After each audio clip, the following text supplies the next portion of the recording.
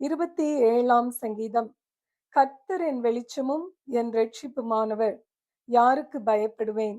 கர்த்தர் என் ஜீவனின் பலனானவர், யாருக்கு அஞ்சுவேன்? என் சத்துருக்களும் என் பகைஞருமாகிய பொல்லாதவர்கள் என் மாம்சத்தை பட்சிக்க என்னை நெருக்குகையில் அவர்களே இடறி விழுந்தார்கள். எனக்கு விரோதமாக ஒரு பாளையம் இறங்கினாலும் என் இருதயம் பயப்படாது. என் மேல் யுத்தம் எழும்பினாலும் இதிலே நான் நம்பிக்கையாயிருப்பேன். கர்த்தரிடத்தில் ஒன்றை நான் கேட்டேன், அதையே நாடுவேன். நான் கர்த்தருடைய மகிமையை பார்க்கும்படியாகவும் அவருடைய ஆலயத்தில் ஆராய்ச்சி செய்யும்படியாகவும் நான் என் ஜீவனுள்ள நாளெல்லாம் கர்த்தருடைய ஆலயத்தில் தங்கி இருப்பதையே நாடுவேன். தீங்கு நாளில் அவர் என்னை தம்முடைய கூடாரத்தில் மறைத்து என்னை தமது கூடார மறைவிலே ஒளித்து வைத்து என்னை கன்மலையின் மேல் உயர்த்துவார். இப்பொழுது என் தலை என்னை சுற்றிலும் இருக்கிற என் சத்துருக்களுக்கு மேலாக உயர்த்தப்படும்.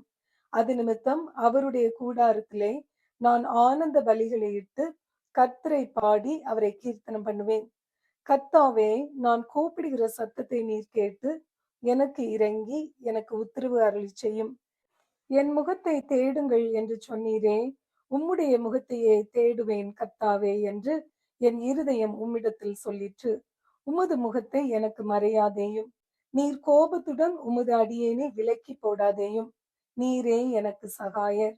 என் இரட்சிப்பின் தேவனே, என்னை நெகிழ விடாமலும் என்னை கைவிடாமலும் இரும். என் தகப்பனும் என் தாயும் என்னை கைவிட்டாலும் கர்த்தர் என்னை சேர்த்து கொள்வார். கர்த்தாவே, உமது வழியை எனக்கு போதித்து என் எதிராளிகளின் நிமித்தம் செவ்வையான பாதையில் என்னை நடத்தும். என் சத்துருக்களின் இஷ்டத்துக்கு என்னை ஒப்புக்கொடாதேயும். பொய் சாட்சிகளும் ஆக்கிரமித்து சீறுகிறவர்களும் எனக்கு விரோதமாய் எழும்பியிருக்கிறார்கள். நானோ ஜீவனுள்ளோர் தேசத்திலே கர்த்தருடைய நன்மையை காண்பேன் என்று விசுவாசியாதிருந்தால் கெட்டு போயிருப்பேன்.